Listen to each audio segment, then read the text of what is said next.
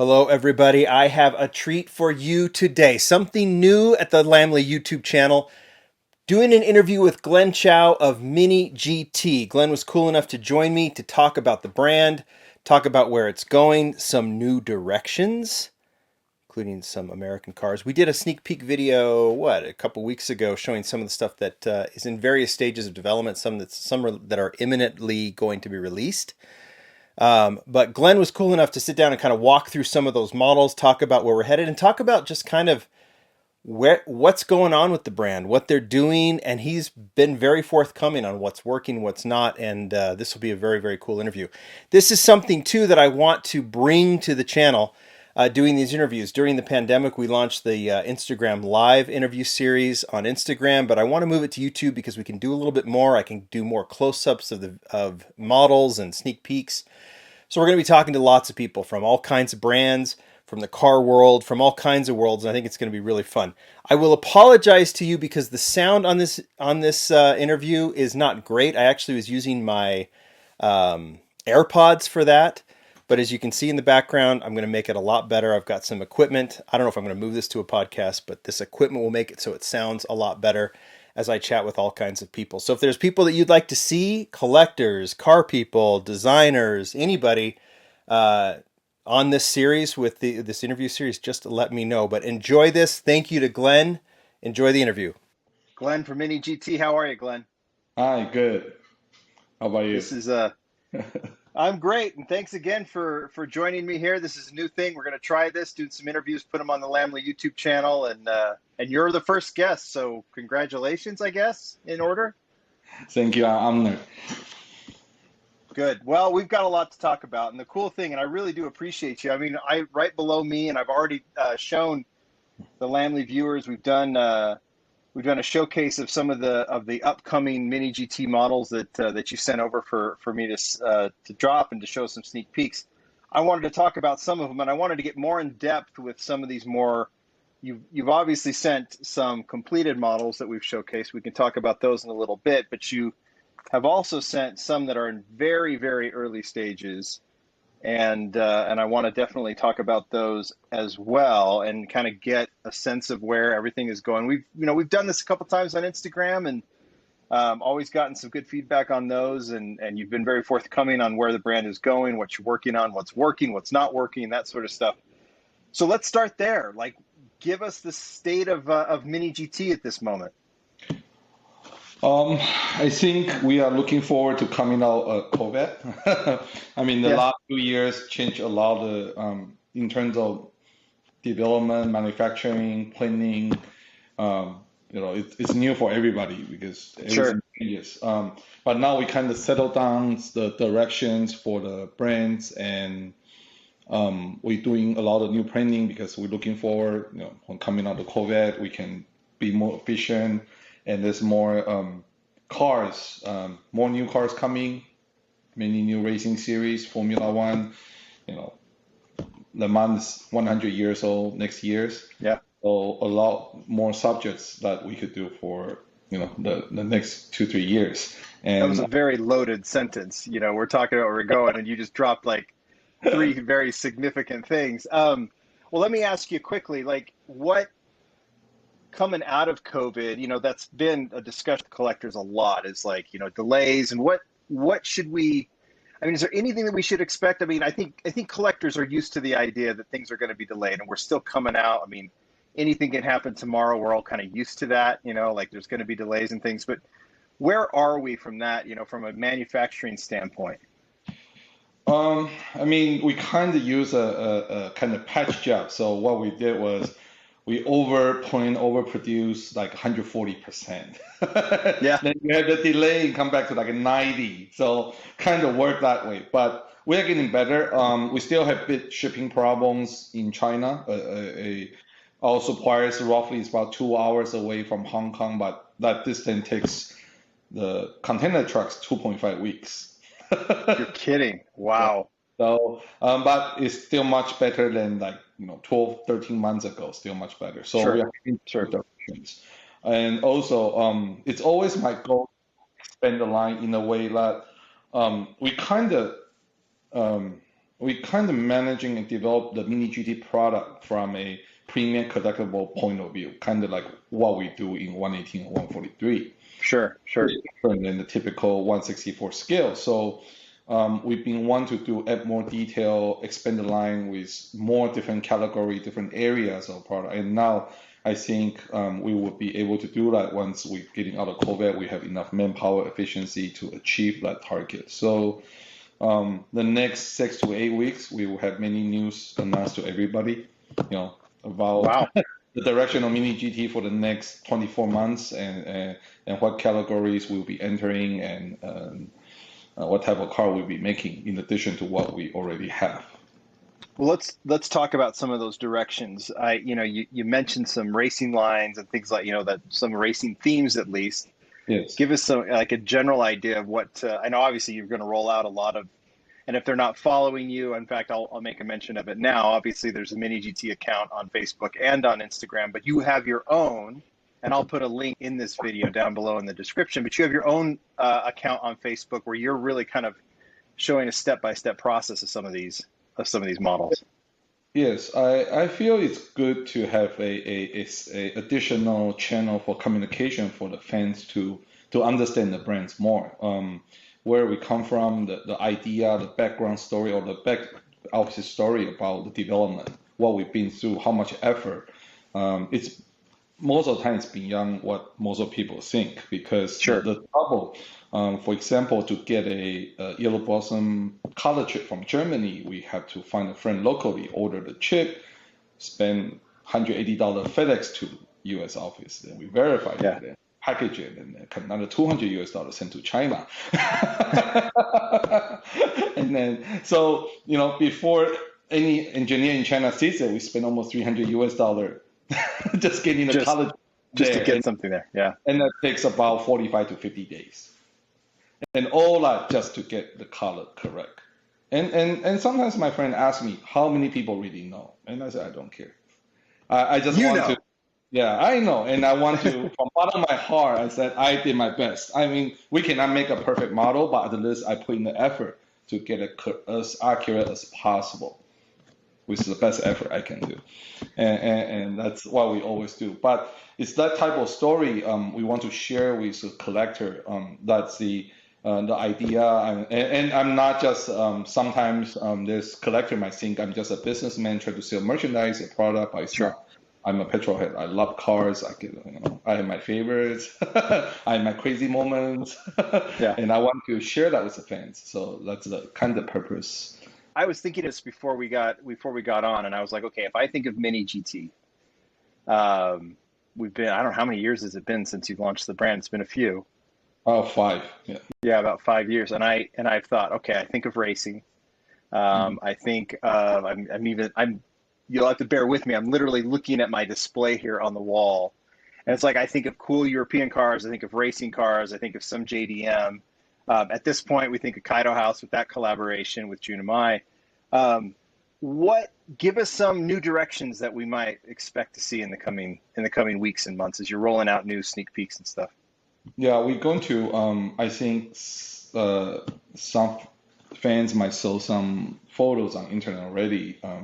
One direction we're going to go with American cars. That's been requested a lot on the internet, and we've been kind of testing, see what we can do with American cars. Of course, we have the Corvette, the 4GT, but for me, those are no-brainers. Those are more, in my mind, like American car, more like classic American Lincoln, Cadillac, even like C3, C2 Corvettes. Like that? Yeah. Like this? I mean, perfect timing here. This is something that you sent over, and I'll put it, I'll put it on the turntable so folks can look at it. You said Lincoln. This is a Lincoln, and as they're looking at this on the turntable, tell me, I mean, first off, the origins of this car. This is not something that you'll see in retail right now from Mini GT, but is this something that we can expect? Clearly, you made it. Yes, that's a special project. We made it for a very good customer. He's the owner of the particular car he raced in Europe for classic rally. So one day I got a call from him, and he's like, Glenn, I want a 12 scale model of my car, and I need some 164 as Christmas gift for my friends. Not And bad. hey, originally I was thinking, well, 164. I'm not sure it will create a whole tooling, all that resource invested only for you to get a few hundred pieces for your friend. But that petrol head part of me is like, hey, it's actually a very fun project I would like to take because this would be very different from the supercar, the modern luxury car, or SUV Sure. or race car we did. It's so I said, you know what the heck, I got a little bit privileged being the owner Yeah. of model company, so let's do this. So we designed it, and then it's something new. So this is a replica of his car. That's why you see all the numbers on the side. We 3D Sure. scanned the car in UK and created the model. And so it's not for sale.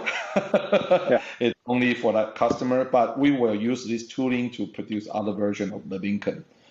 What makes this different from other Mini GT is since you have one on your hand, I think you can feel Yeah. it's a little bit heavier. It's about 10% heavier than. I noticed that. That was the first thing I noticed with it. It's got a particular weight to it. Yes, and I didn't believe I said that to my team, but normally we kind of, demand the factory and the prototype department that when you painted the model, paint it as thin as possible, don't cover out the line, make sure you don't overspray. But on this one, I told them, go heavy on it. The reason is I want to give that thick paint with heavy classic American car feeling. Yes. It's all about the coordination between visual and the feelings on the hand, and I want to create both targets. So it turned out I'm really happy with it. It's different when you put side by side Sure. to the next Mini GT, but it feels personally I like this model a lot. It's one of my favorite models for 2021 when we created. I'll give you a thought I have on it. I mean, when we saw Mini GT launch and we saw some of the cars rolling out and they're fantastic and it was getting a lot of attention, and then all of a sudden we got this whole kind of left turn with Junimai's Kaido House line, and it was something that more fantasy is the wrong word because they're not toaster cars, right? But these are cars that that are different than these exact replicas we've seen from Mini GT, kind of a concept from Jun's mind. This seems like a left turn too, like something very different. It has a different feel to it. It has obviously old classic American cars with all the chrome and everything. It's a different feel, and that's kind of the vibe I'm getting from this. Refreshing, cool, and it sounds like you've got the bug, and we might see something along those lines, right? That direction a little bit. Yes, it's one of the direction we haven't touched on, and we plan to do some more about it. We're going to do a couple muscle cars, kind of show the collector what we take on Mini GT, the weight, and then when we do put it on American subject, a classic American subject, what it will come out. I mean, I think by now people used to what we do on supercars or race cars, Sure. but they're seeing our take on classic American cars.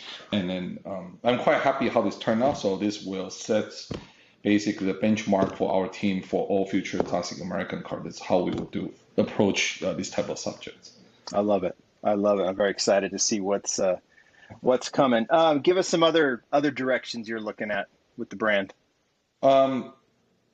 Let's put it this way. I normally when I plan a new direction or a new piece, such as like, for example, everybody know it's not a secret anymore.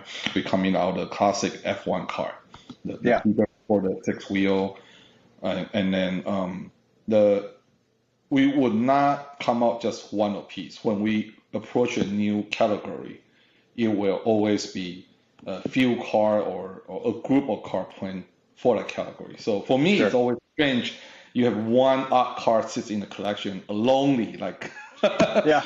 And so no friends, doesn't have any buddies to hang out with. Yeah, so imagine if I do the 6-wheel P34 and I love it and I did it, and then you have this one classic P34 sits in the middle of nowhere, and then on the right you have Porsche, on the left you have BMW, and it's just strange, right? So whenever we come out a new car in the new categories, you can always expect it will be few cars minimum. It's pretty much we decided to enter the category and we plan to stay there for a while.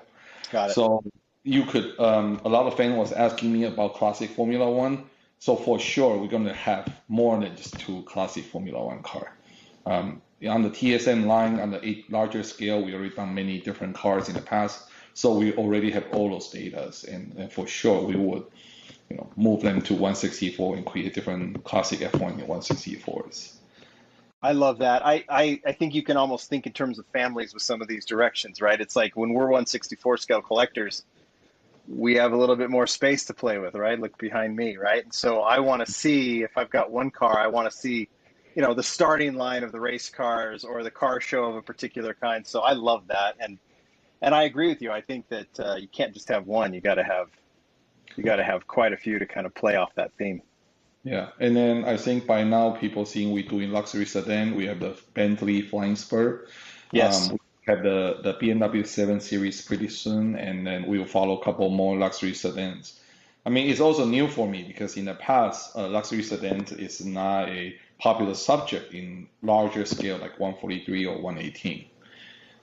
But 164 is different. I think a lot of fans like luxury sedans and the size just too. So we're going to also have few more luxury sedans. So and we have I think the last 3 months we pretty much renew most of our licensing contract for the next 3 years. So that's also the reason why I said the next 45 to 60 days between this period of time, we gradually announce new items in a way that everybody can start understand our directions. We'll see it quick. The next 2 years, yeah. Well, I've got some things sitting in front of me that I think are continuations of what we've seen from Mini GT for a while, and then we've got some definite new directions. Just to touch on a couple that really caught my attention, and you know this because we've had this in private conversations. Like, what's the next Bugatti? What's the next Bugatti? And you did the Vision, and I have to just say I just love the Chiron. This is the Super Sport, I believe. This one's obviously imminent. I think this one you already have for pre-sale. And one thing that I've noticed, and I mentioned in the video, is that carbon fiber kind of finish on it. You've got, I don't even want to try and pronounce some of these, but it does look like, the Bugatti line, the Bugatti family, whatever you want to call it, is definitely expanding. But here's the one that I probably wanted to show you too. You've got the Devo, and this one is in a raw form. What can we expect from with this car, with this casting, and with Bugatti in general? Because I get the question all the time with what's the next Mini GT Bugatti? This Devo is a tricky one that I had a discussion, I posted and started discussion on the headlight part because the headlight was so small we weren't able to put a clear headlight lens into it. If we do, we will enlarge it and the shape will look awful, and the gap probably looks like 30% of the headlight itself. Yeah, it's so small. So and it sparked some discussion. There's no right or wrong answers. I mean, I think everyone's preference. But for me, it was one of the subjects that really had to make a decision called judgment call. There's no right or wrong. And at the end of the day, I kind of follow our own guideline that shape goes first, function is second. I mean, for me, to be honest, I have all the model car, you have all those model car. I mean, after 2 years, do you really open the hood or, you care about just a simple shape, that the model looks right, the hand's correct, and that's all you really care about 2-3 years later. And that's what, and so for me, it's like, no, I'm not going to change the shape. We're going to try to keep the shape as good as possible in such small scale. And then we have to paint it. Another thing I want to explain was, it's so small. We are talking about maybe 1 mm in terms of height. Even we put a clear piece, it will look like a painted because there's not enough opening for the light to go in. So you won't see them anyway because there's not enough light, there's not enough space behind it for the reflection. So it's almost like we will tell you it's clear and you have to take a word for it. So at the end of the day, I was like, no, it's it's a lot of job for nothing, honestly. And so we decided we just have to move forward with the current design. Makes sense to me. Doesn't bother me. I agree with you. I want to look at a miniature version of the actual car, and they made very small headlights for that car. But it's for me, it's a good experience because it's the engagement, the communication I want with the collectors. I want them to understand as a model maker, it's not simple to say, hey, we want to add this, it's just a matter of cost issue. It's not. You will reach limitations of cost, material, technology, and then you have to make a judgment call how to best find a balance in between and to come out the model you think is the best design. Yeah. We've got a lot of others, and I don't want to keep you here for a super long time. So I'm going to go into some of these, like the Bugatti, that are in a bit of a raw form. Here's one that I'll qualify because as we're recording this, I think earlier today, you showed the more finished, or at least the painted sample, but this is the brand new Nissan Z. Yes. It's in the new, in US they call Z, in Japan they call it Z. So we would have two different item numbers for both because left-hand drive, right-hand drive have different badge. You're going to do both? Yeah, we're going to do both. Yeah. Kind of like what we did Fantastic. in Japan because time to time you're going to have model has slightly different name or badging or model name you call it. So when we encounter a situation like that, we will give it two different item number to have a bigger difference. That means it has a little bit more than just side of the steering wheels. Yeah, and we will do. The first color will be the yellow color they call the proto spec. And I think some of the collectors got confused how we made the model of the prototype, the concept, the earlier concept prototype. But it's not. It's actually the production car and the first launch color. They did the same color as the prototype color, and there's limited edition on it. I think those are the two that I have here that are in a raw form. And I also, you were kind enough to send some 3D print. This is the top secret Nissan Silvia, the S15. We'll start there. And I mean, if you want to talk about the process of designing these, printing these out, why these are in the condition they're in, or if you want to talk about the casting itself, like, you do it. Well, normally, most of the manufacturer they will go. This is what they call a hand sample. Means after the CAD design, they will come out the first handmade prototype samples. Sometimes it's by hand, sometimes it's by 3D print machine now technology better. And then if everything looks good, they will move to tooling stage. In Mini GT, we actually got a stage in between, which we always did is after the hand sample looks good and confirmed, most of the time we will make one more CNC sample, which what we did is we would use aluminum to machine out a metal body and metal chassis to verify the design again. And the reason why is that like this Z here? Is that what that stage is? Yeah. So why we did that was to further verify because most of people like the car to as low as precision as possible. When in our experience in a hand sample form, because it's soft material, there's a tolerance range a little bit, and it's too big. On the 64, on 143 or 118 scale, it's fine. It's too little to notice, but it's very noticeable at 164. So in the past, sometimes we would model looks perfectly okay at hand sample form. When the tooling come out, the car was too high or it's not rolling as smooth. And an engineer will tell me, well, yeah, but we need to tweak it a little bit because this is normal. But I was like, I don't like that. That's not what I approve. So we had to spend the money to add one more step in between. Actually, it's a pretty expensive step because to CNC a 164 body that costs about $1,000 to do so in a week. Wow. And then another $500 for the metal chassis in the bottom. But that will give us a more precise measurement and understanding about the design. So there's far less surprise when we go into tooling stage and far less adjustment once you are in the tooling stage. Excited to see the top secret Nissan Silvia going out. Yes, it started with we are sponsor for the LB Racing, Liberty Walk Racing. They have a wide body 15. So we were like, okay, fine. We already go into S15. So might as well let's expand the S15 range. So we're going to have top secret, and we're going to have a few more cars from the S15 line. We've got that actually leads me just from a conceptual standpoint. You've done the R32. This is done, right? This is coming. It's been announced. Everything else, but the R34 is coming. It seems like is that one of those things? Because we saw obviously the racing R32s. I think that goes back to what you were talking about. We saw the racing R32s, but we've seen stock R32s as well. Yeah. And I think it makes sense that we would see R34s, and who knows, maybe we see more along those lines from a Skyline standpoint. Yeah, definitely. I mean, we want to start with a stock car, V-Spec 1, V-Spec 2, and different type of R34, and then we will start doing the tuning version and race version of R34 as well. That's awesome.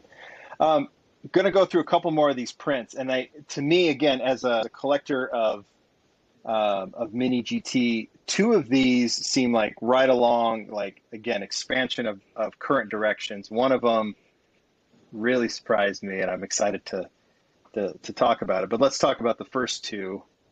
Got this Lamborghini right here. Yep. This is another Liberty Walk, right? Yes.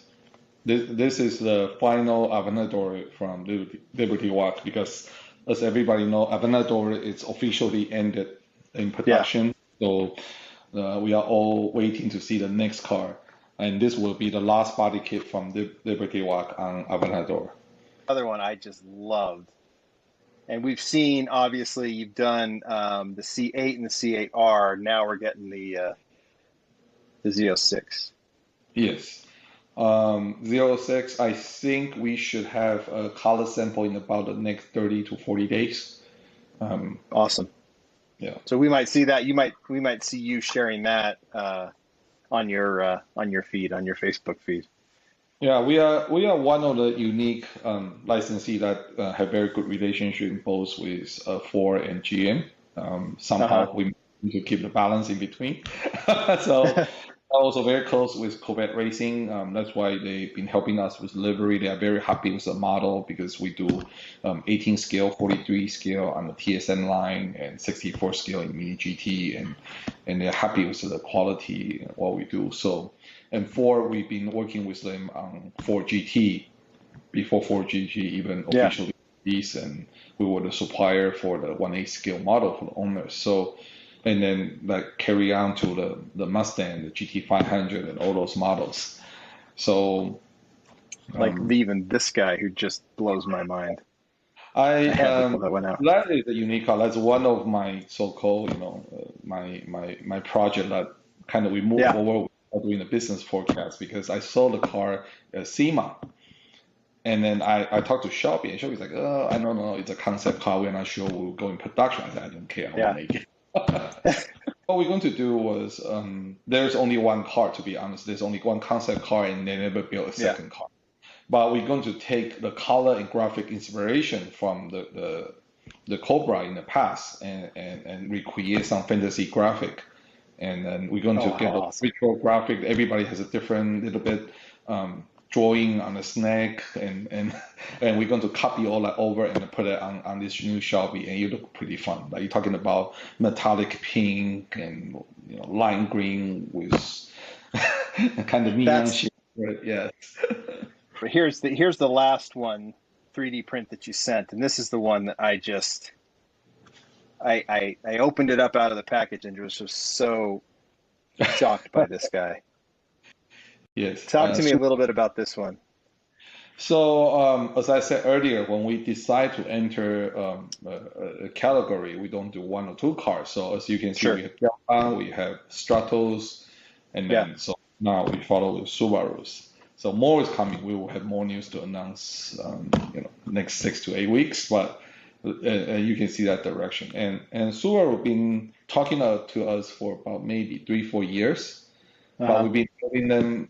I mean, they really want to do something with us, and I do. But we were so behind on especially on Mini GT, as I explained it in the earlier interview, that when we started, we were ambition, then we run into new car coming now, and licensors want us to change direction to supporting their marketing. So it was a bit mess that we had to clean it up, catch up on the planning. So we told them, sorry, give us some more time. So finally, at beginning of 2021, we told them, okay, we do have time now to get Subaru to sit down and talk about licensing and potential what we can do together. So that will be first Subaru model from our range. So this WRC 99 will be the first one we'll see for Subaru. Yeah.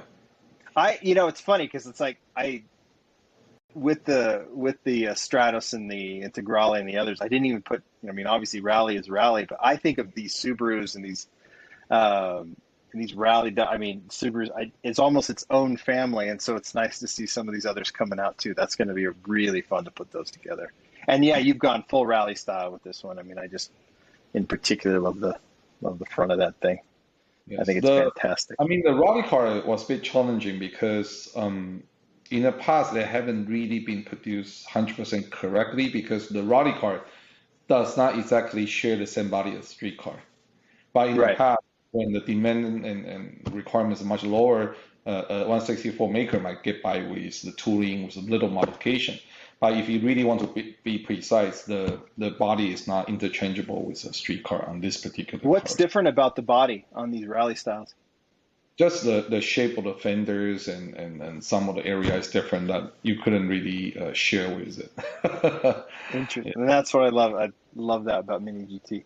Yes. I don't want to take too much of your time, Glenn. I think this is, we've kind of covered a little bit of the different directions. Obviously, a lot of what you've talked about is teasing what's coming. And I mean, that I would highly suggest that if they're not following you on Facebook and Instagram, they get to it because there's a lot coming and you're dropping.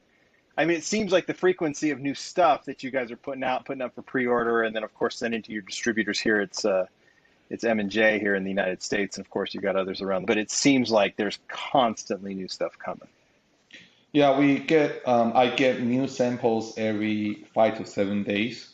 So we constantly have samples we can update, and then I will start traveling next month. I'm going to Goodwood, and then so that will be a time I will be sharing photos, videos, and that's what that page for. I can share the research and discussion and some cool cars with fans, and we can have more engagement with the fans.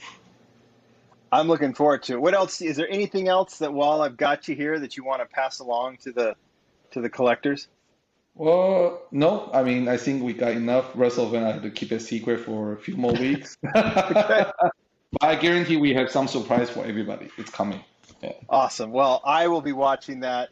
I will refrain, and I have to bite my tongue a lot and say, like, just don't ask. They're coming.